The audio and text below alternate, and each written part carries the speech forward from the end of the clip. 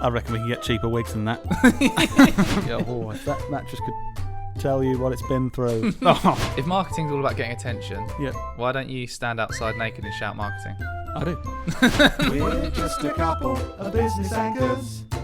Welcome to the Business Anchors podcast. This jingle is slightly too long. This jingle is slightly too long. Welcome to episode 21 of the Business Anchors podcast, where we're revealing how to turn wigs into money. We'll be talking about the wonderful world of LinkedIn, and we'll be introducing a new segment called Dan Helping Us Be Good at Business. Is that good? I've got to remember how I did that now. So Dan helping us be good at business. Yeah, You're good at jingles because you made the intro jingle that would have just played as well. Yeah, I have to admit, I gave more time to the intro jingle than I did to this one. Okay, cool. This one I just typed it, and then when I just said it, I made Thought up the of it. tune. But I think Clever. it's brilliant. I just need to remember that. So yeah, stay tuned in, because towards the end of the episode, we'll be listening to Dan Helping Us Be Good at Business. Can't wait. Yeah. So what's this episode all about? You just said, didn't you? Yeah, do you want me to do? We not listened, Dan? That's all right, actually wasn't. So we'll be Yeah. we'll be telling you how to turn wigs into money. Good. That's intriguing, isn't it? Yep. Yeah. God, I'd want to carry on listening. Mm-hmm. Then we'll be talking about the wonderful world of LinkedIn. Yep. So just talking about LinkedIn, but I worded it so it Mm-hmm. sounds a bit more interesting. And then we'll be introducing a new segment called Dan Helping Us Be Good at Business. Cool. Yeah. Sounds good. Yeah, it does. So firstly, Turning wigs into money. yeah. This really, weirdly, this wig story excites me more than most of the stuff we do in the whole business. Yeah. And it's not something massive, but No. I think it's amazing what we did as a business and what we've got out of it.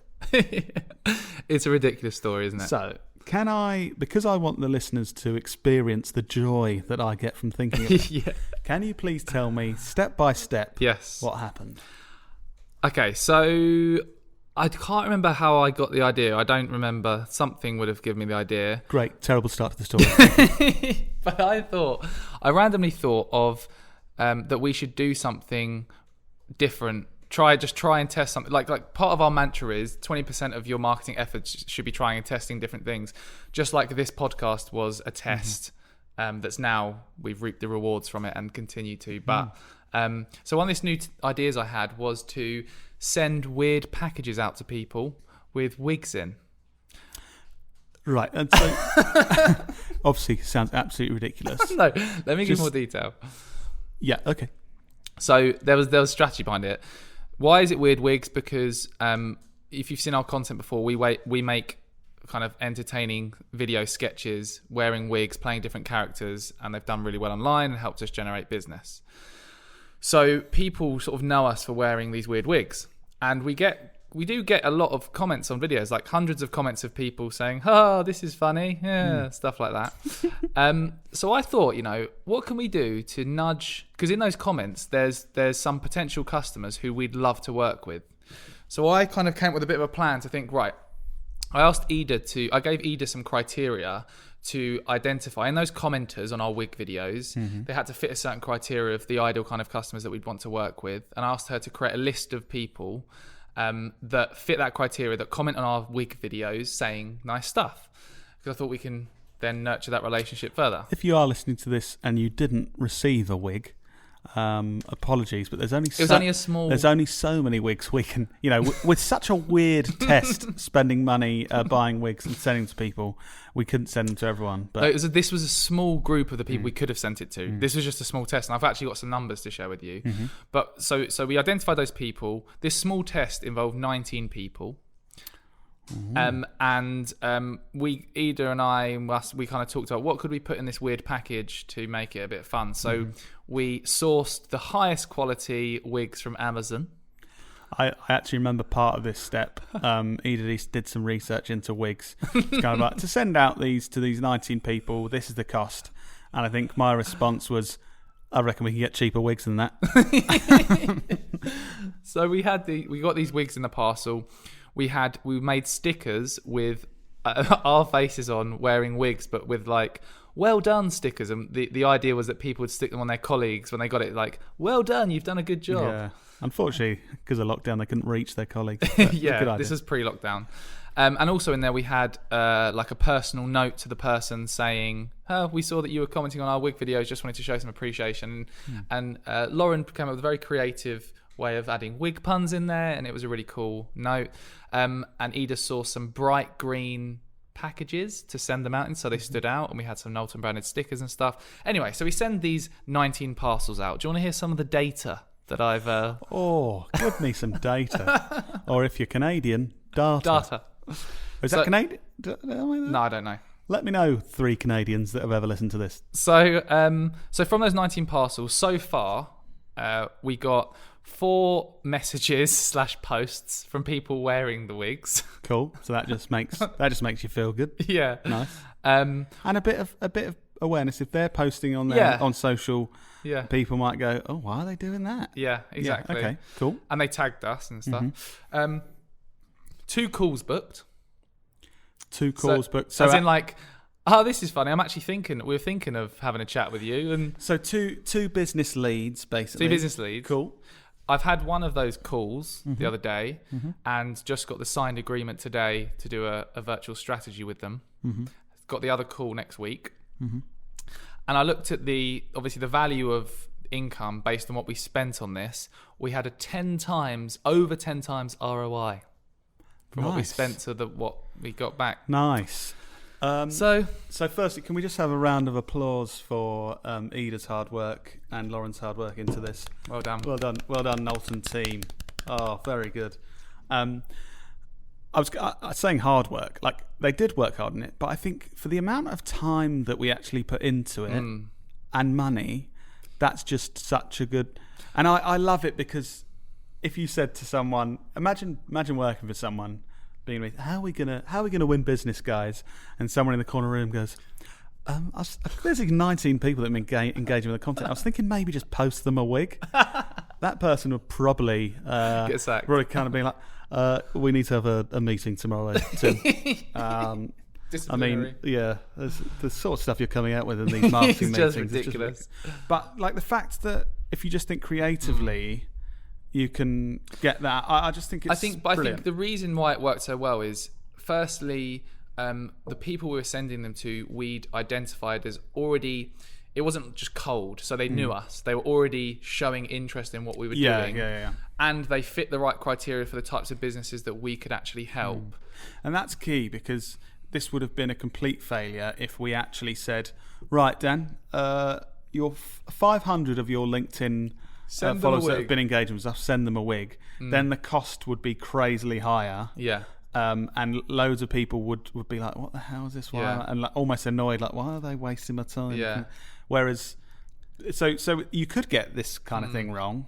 I've got an example of it being done wrong. Is that good English? Yeah, probably. Yeah. So do you remember when we got some cheese in the post? Warm cheese, yeah. We got some warm cheese in the post.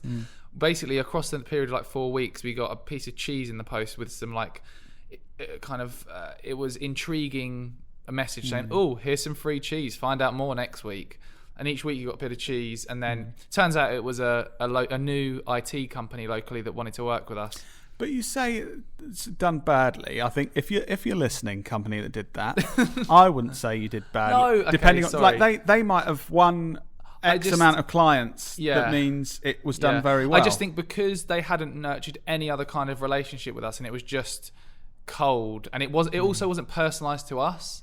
It was like, I reckon they probably sent that to 100 people. 100. I still applaud the creativity there, cheese senders. Okay. And I think the logistics of sending cheese in the post, I think maybe rethink that. Was it summer as well? So. Yeah. No, I'm not sure anyone ate the warm cheese. But yeah, I think so. Next question: was it a fluke? Well, this is the thing. I haven't spoken to you about this, but I want to now do. I need to speak to Ida as well and Lauren. Round 2 of testing phase and roll this out, but improve it. This sounds so funny with business terms. We're going to roll out this strategy of posting wigs to people. No, but I think I want to just and maybe even try something different. I don't know. We can update the business anchors out there on if it was a fluke, or if we do it again and we win more business, then we need to do an ebook of how to send wigs out to everyone. It would also be relevant if other people tried sending wigs out, because it's very tailored. I mean, in the early days of Knowlton or KPS Digital Marketing as we were, Dan probably would have put a presentation together called Step by Step, Send Wigs to People and Win Business Online. I remember. And he would have been saying, right, what you need to do, post wigs. And they'd be like, well, that'd be ridiculous for my business. I remember one of my first ebooks that I wrote when we were KPS Digital Marketing, it was just me, was how to make £7,900 from Twitter in 3 weeks. Because I think... Yeah, it's just really sad. I think you sort of cherry-picked the exact 3 weeks of the business where you won one client and got that exact... I mean, the previous 21 weeks. How to win 0 on Twitter.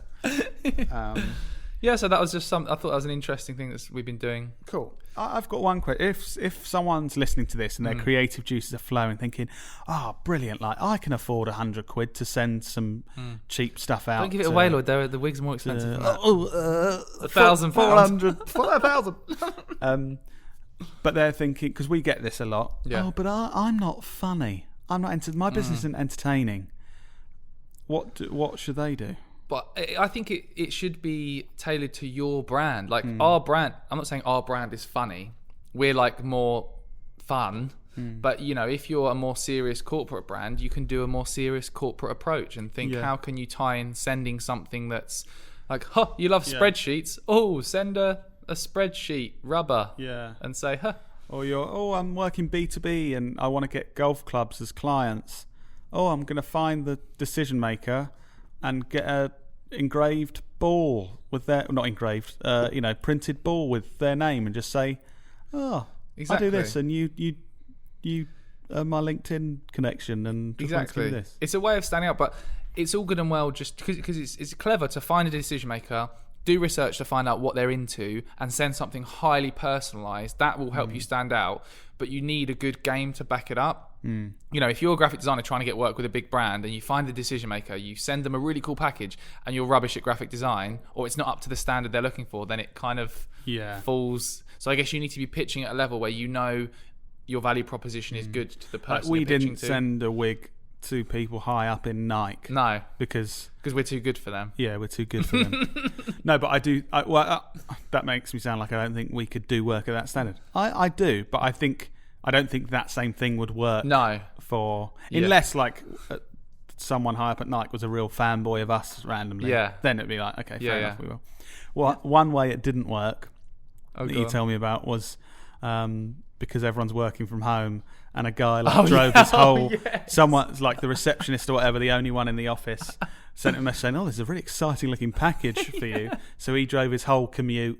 Let's just say it was an hour to make it sound better. Drove the whole hour to get to the office, got there, opened this package.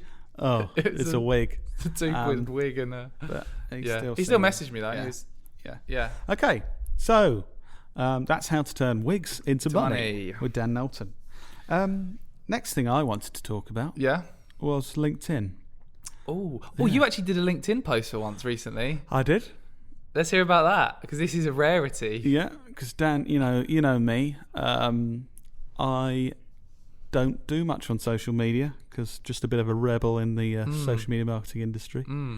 But I actually was feeling so good and happy about work. I think it was like Thursday evening last week or something. And I just posted saying, I feel really grateful for where I am and really love working with our team and stuff. And I didn't do what Dan would have done, thinking, how do I craft this message to get the most engagement and gain leads? It was just a very authentic I just actually message. And it got loads of views and engagement and stuff. He was a good boy. Yeah. You got thousands of hundred and something reactions and yeah, that was good. Well done. Yeah, thank you. But yeah, I wanted to talk about LinkedIn because I've noticed a lot of people saying, my views are going down on LinkedIn. What's happening? Something's happening. Yeah. In that voice, they're all saying it. Are they? Yeah. Something is happening on LinkedIn. And like across the board, when you post videos, you get less views now. Like it started happening to us, and I thought, "Oh, are we doing something wrong or different? Are we rubbish?" Yeah, we rubbish. So then I looked at some of the top LinkedIn creators that I know of, and looked at all their videos, and the same thing was happening to them. So it sort of gave me a bit of reassurance that we're still. But it's interesting. Like for us, our engagement is still the same, if not more. So our engagement percentage is better. So like traditionally, you'd think that this is performing better, but I think like LinkedIn are showing their algorithm might have even improved, and now that they're showing content to the people who are most likely to engage rather than just other people as well. Or have they adapted what they're counting as a view? That could be it as well. Yeah. And they may have even done it intentionally to try and push people towards the LinkedIn ads platform. If you think you're getting less views, because they're now counting, they have to watch 25% of it rather than have to watch 2 seconds or something. I don't know. I mean, it's following a traditional life cycle of a social platform like Facebook. Remember when we first were on Facebook and you'd post something and like it got some comments and loads of people saw it, and then eventually organic reach just died and you have to pay using ads. This is the whole point, because they give you all this organic reach so that you're like, oh wow, it's so good using this platform for free, and then when you get used to it, they slowly deteriorate that organic reach and then charge you for it and make you use paid ads to reach those same people. So it's clever. It looks like LinkedIn is following that kind of cycle that Facebook went through. The only thing I can see as an issue, because we've obviously used LinkedIn ads previously, and they just seem so much worse and less valuable than More Facebook expensive. ads. Yeah. So I suppose I think they need to evolve their ads platform, definitely. Did you hear my phone go off? Put your phone away. I did that, you'd have a go at me after the podcast. Right, Gus. Just listening to this conversation, Dan's really having a go at me. I'm just going to explain that I'm putting it on silent. Well done, Lloyd. Okay. Put your phone away. Okay, thank you. So yeah, LinkedIn is the thing that made me think, like, be worried for some people, because I saw people posting how concerned they were that most of their work comes from LinkedIn, and now now the views are going down and stuff. Their business is gonna fail. But I think it's important to be omnipresent, like be present on multiple platforms, and not rely on all of your work coming from one place, because it's just risky, isn't it? Well, a couple of years ago, like none of our leads, well, not none of it, but a very small number of our leads were coming through LinkedIn, because we were using lots of different platforms. It's like when Facebook started to become more expensive to get the attention, we shifted to LinkedIn. And I think we've all got to be doing that. And it doesn't mean, stop using LinkedIn, especially if the engagement seems the same. The people that matter are probably still watching. So, but yeah, very interesting. Yeah. Now, Dan, I was just wondering. Yeah. I was thinking, do you know what I hate? I hate boring email newsletters that businesses send out. And do you know what? Sometimes on Fridays, I just think, do you know what I'd like this morning? What? I'd love it if someone sent through an email to me. Yeah. Maybe branded better than, like Knowlton Business Newsletter. Yeah. I don't know, something like Friday Club or something like that. That just has loads of really good, the best kind of marketing content and news and stuff all in one place that would really help my business and that I'd actually enjoy reading. But you know what, Lloyd? It's so weird you say that. Right. Because we've got something called the Friday Club. Really? Oh, great. Which is a weekly email. Yeah, tell me about it. It's a weekly email. Every Friday I write on a Friday morning, and I share the best marketing apps, tools, tips that we've discovered that week. And also I share unfiltered stories of what it's like growing our agency, with the challenges we're facing, how we're overcoming them. And also we give away stuff as well to people on the email list. That's almost exactly what I was looking for. It's so weird that you mentioned that. It's just, just on our notes as well. Oh, okay. What? How do people... I don't have any notes. How do people sign up to that, Lloyd? You probably don't know, because I've got the link. I'd like to ask you that. Really? So if you go to... I don't know, because I was just looking for that. If you go to bit.ly/the-Friday-club. So hang on, let me just get that straight. If I go to bit.ly/the-Friday-club, I could get exactly what I was looking for. You can get all that for free, yeah. Wow. Thanks Okay. for asking, Lloyd. That's just so lucky that at the same time I was looking for that. Yeah. Cool. Okay, well, got that sorted. Yeah, that's... Yeah. So, moving on. We do have a laugh. We have a laugh, don't we? I feel like this episode's been a lot of you asking me stuff. You haven't really said much, have you? Do you want to ask me something then? Yeah, go on then. I've actually got a question for you. Okay. We're talking about like interesting marketing stuff that's been going on and marketing in general. Recently, I know that you bought something, and I thought it was quite interesting. You bought Emma. Don't tell people that. You bought Emma, which Lloyd will explain what that is. But when you told Emma's a mattress and you bought a new one, and you said to me you bought it without even trying it or anything, and I'm just interested in what your approach was to finding that and choosing it, because that can help give insights to us marketers what we can be doing to. What a bloody great question! Go on, I'm actually intrigued. And listeners, by the way, some of these questions.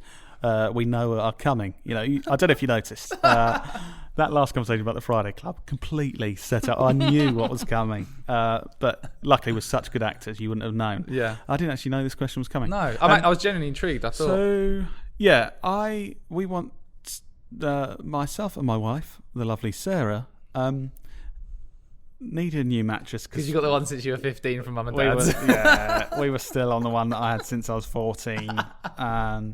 So few springs in my back, and if that mattress could tell you what it's been through. Anyway, moving on. Not a lot to say that. No, not a lot. A lot of sleeping. And yes, so we need a new mattress. Okay, get to the point. Yeah, sorry, you're really dragging this out. And because of the restrictions and stuff, obviously before, I think the traditional way to buy a mattress in the past decade, go to that one place in a retail centre near your house. Lay on beds. Someone next to you pretending to be really helpful, trying to upsell you as much as they can. That's got the fibroid AB springs, so only £1,600. Yeah. So that's the traditional thing. Yeah. We couldn't even consider that because of lockdown and stuff. But I think as a business model, it doesn't make sense that you would get the best deal from somewhere like that, because they have all the costs. They're paying loads of people to follow you around and go, do you want to buy this one? Do you want to buy this one? They're paying for this huge building. It's like DFS as well, isn't it? So with my business mind, I'm thinking they can't possibly offer me the best value. Surely a lot of the money I'm paying for that mattress is going to all those costs. So I thought, I wonder if I can get a mattress online. But then without laying you on don't it. try it, yeah. But what I did, I looked at what did you actually do? So I Googled something like best mattress, like really intelligent, something like that. And I looked at which, so each year they put from their like reviewers and stuff, which has been the best. Then I looked at reviews on Amazon and on another site that I could see reviews of different mattresses. And the Emma original mattress that I ended up buying just had like 5,000 4.5 or 5-star reviews. One like the Witch comfort thing for 2 years running, and was cheaper than a lot of other mattresses. So I thought, if that many thousand people say it's good, and what about the guarantee? And the 100-day guarantee thing, it didn't it was reassuring, but I always think you're never going to send your mattress back because you're going to have to buy a new, otherwise you have nowhere to sleep. So, so that's what I did. And it arrived, and those thousands of people weren't wrong. So what would you rate it then? I would rate it very good. No, but how many stars? 5. 5 out of 5? Yeah. Are you joking?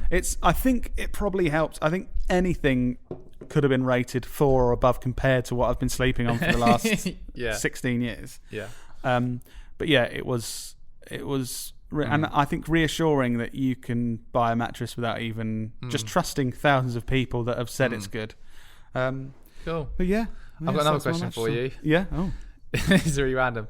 If marketing's all about getting attention, yeah, why don't you stand outside naked and shout marketing? I do.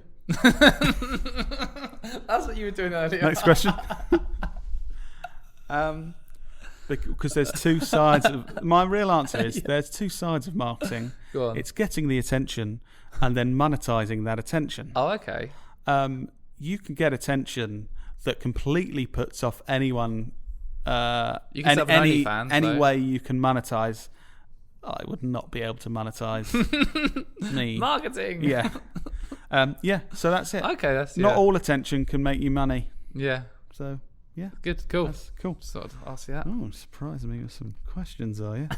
Okay, and to finish up the podcast, I'd like to start a new segment called Dan Helping Us Be Good at Business, which, in a way, is probably most of this episode anyway. Yeah, exactly. But specifically, I know you've been reading a book or a couple of books about branding and stuff, and I want to share with our audience, the lovely anchors out there, what you've been learning.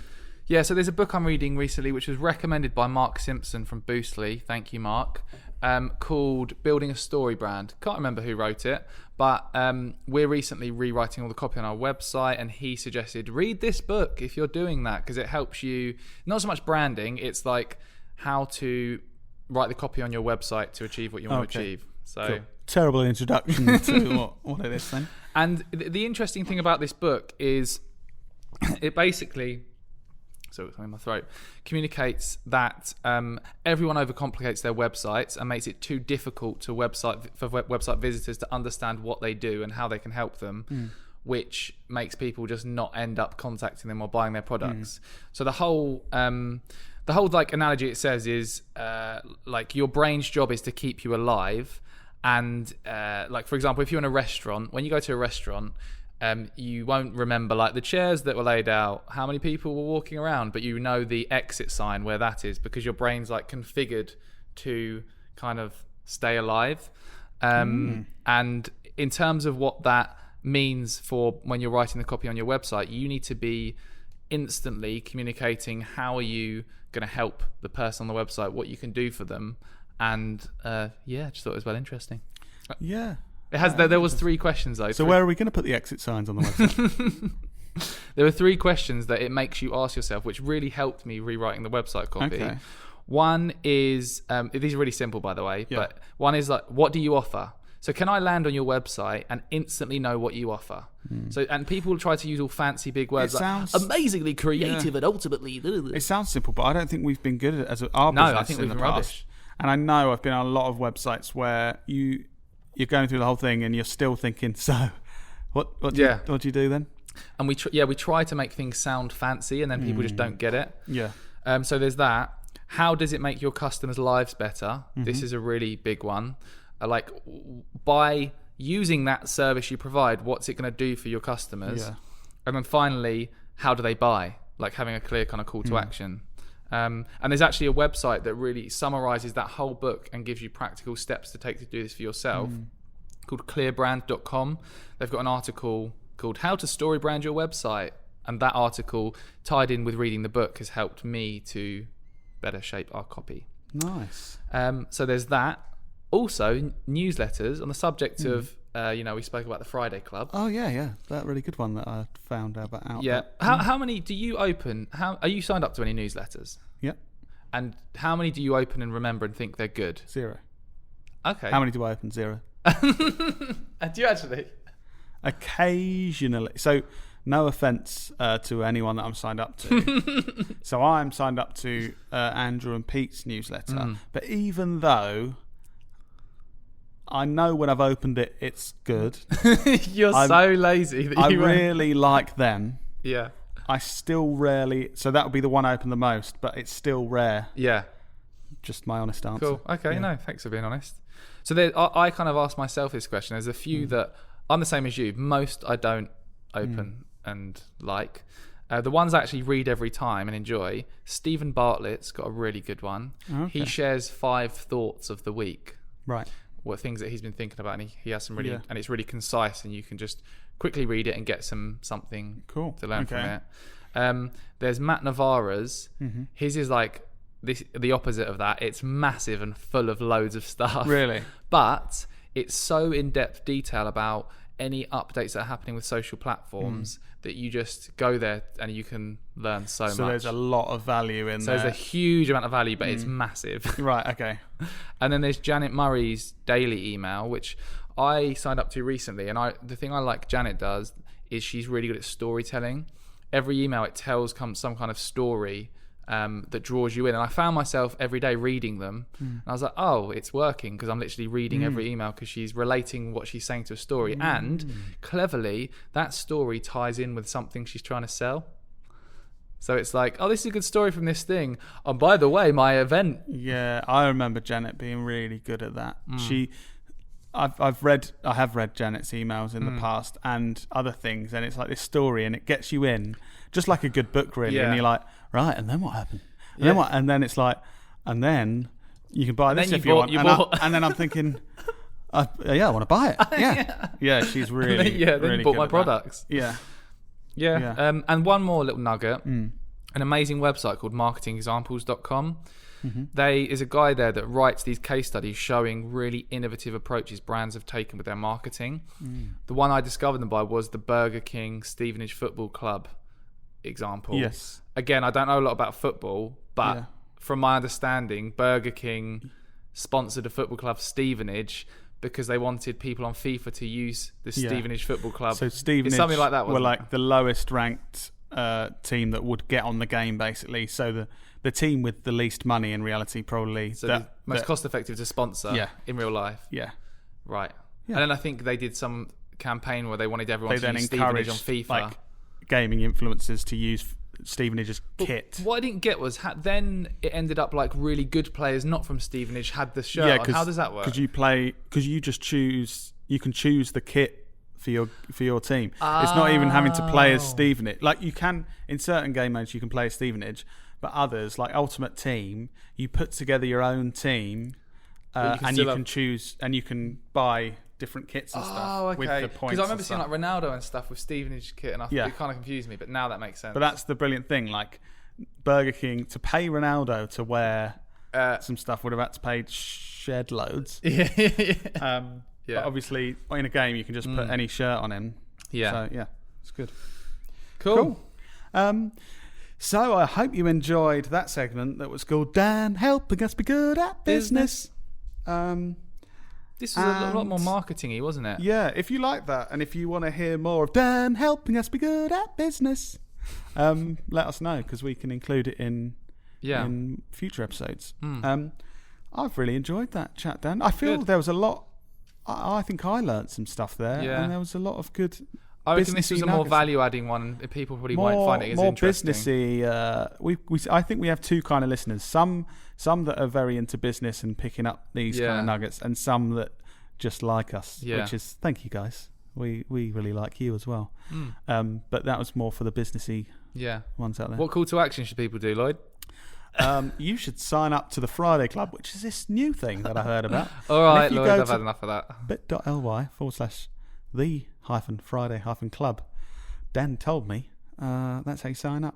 So other than that, please tell everyone about this great podcast, this Business Anchors podcast. And the way Dan's looking at me, I think I should end this podcast. Thanks, guys.